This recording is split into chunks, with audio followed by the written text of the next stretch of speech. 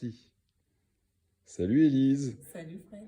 Alors, tu as joué donc pour l'album Mary Franquin ou la trompette moderne française sur ce piano.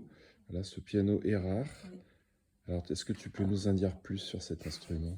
C'est un piano de 1897, donc piano d'époque, qui a donc des différences de facture avec les pianos modernes sur lesquels moi j'ai plus l'habitude de jouer. C'est pas ma spécialité, les instruments d'époque.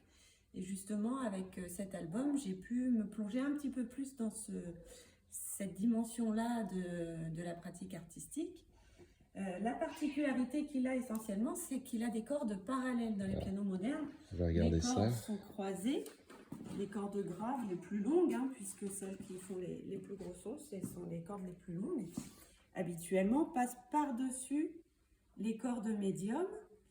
Et donc, toutes les cordes dans un piano moderne sont en diagonale, alors que là, tout est vraiment dans le sens du piano, dans le sens du bois.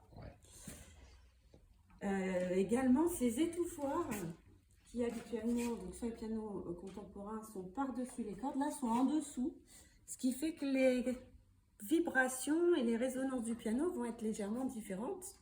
Et tout le jeu de pédales également va être un petit peu à adapter. Alors on le fait beaucoup grâce aux oreilles, c'est ce qui nous donne notre référence. Le son, la qualité du son, la qualité de la vibration, de la résonance par rapport à la trompette. Et puis dans le toucher, on a la chance que ce soit assez facile de s'y adapter. C'est pas un clavier très difficile, c'est un clavier qui est assez réactif quand même s'il y a un petit peu moins d'échappement, donc de rebond de la touche par rapport au piano moderne. Mais il y a quand même une facilité à jouer ce clavier-là. Super. Et donc, en termes de son, ça fait... Quelle est la différence par rapport à un piano moderne? Il y a quand même moins de capacité de volume, même s'il a quand même des belles basses assez sonores.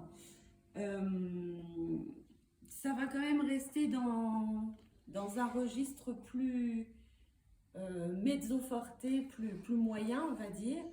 Mais par contre, on peut aller très loin dans les nuances piano. Donc c'est là qu'on va pouvoir jouer sur les contrastes, justement. Et je pense qu'il y a un son qui est un peu plus fin, un peu plus subtil, ce qui fait qu'on va aller chercher d'autres choses. Je pense à Légende d'Enesco, que j'ai pas travaillé de la même façon quand je l'ai travaillé il y a 10 ans sur piano moderne uniquement, que là, quand je l'ai travaillé sur ce piano est rare, où il a fallu aller chercher d'autres choses à faire vibrer ensemble. Super, merci beaucoup. Mais de rien. On va entendre Avec ça. plaisir.